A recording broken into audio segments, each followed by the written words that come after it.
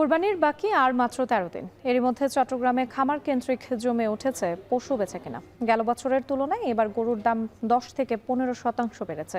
এ নিয়ে আরও জানাতে চট্টগ্রাম থেকে যুক্ত হচ্ছেন কাজী মাহফুজ। মাহফুজ, খামারে কোরবানির পশু বেচাকেনা কেমন দেখছেন, কি বলছেন খামারিরা?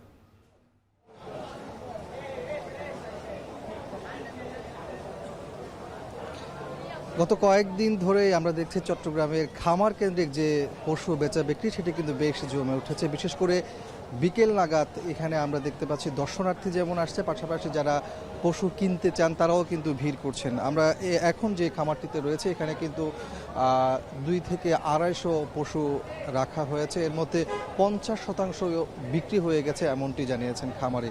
আমরা দেখছি এখানে বিভিন্ন সাইজের কোরবানির গরু রাখা হয়েছে, বড় যেমন রয়েছে, মাঝারি এবং ছোট আকারে। তবে বড় আকারের যে গরুগুলো রয়েছে সেগুলোর দাম তুলনামূলক কম, মাঝারি এবং ছোট আকারের পশুগুলোর দাম সবচেয়ে বেশি। যেমনটি আপনি বলছিলেন যে ১০ থেকে ১৫% পর্যন্ত এবার চট্টগ্রামে পশুর দাম বেড়েছে। দাম বাড়ার কারণ হিসেবে এখানে যারা খামারি আছেন তারা বলছেন মূলত গোখাদ্যের দাম অস্বাভাবিক বেড়েছে, তার সাথে ওষুধের দাম, একই সাথে বিদ্যুৎ এবং মজুরি খরচ অনেকটাই বেড়ে গেছে। ফলে তার প্রভাবটি সরাসরি পশুর দামের ওপর গিয়ে পড়েছে।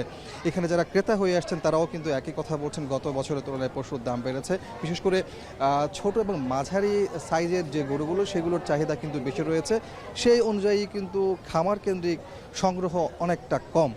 আমরা দেখছি এখানে অনেকেই এই জায়গাতে এসে যারা বুকিং দিচ্ছেন তারা বলছেন মূলত হাট কেন্দ্রিক যে একটা ঝামেলা থাকে সেই ঝামেলা এড়ানোর জন্যই মূলত আগে ভাগে এখানে তারা খামারে এসে পশু বুকিং দিচ্ছেন। পাশাপাশি এখানে তারা বুকিং দেওয়ার পরে পশুগুলো এখানে রেখে যাচ্ছেন, কেউ কেউ কোরবানির আগে কিংবা কোরবানির দিন এখান থেকে নিয়ে যাবেন এমনটি জানিয়েছেন। অর্থাৎ এই সুবিধা থাকার কারণেই মূলত খামার কেন্দ্রিক বেচা বিক্রি বেড়েছে এমনটি বলছেন খামারিরা, একই সাথে যারা সংগ্রহ করতে আসছেন তারা।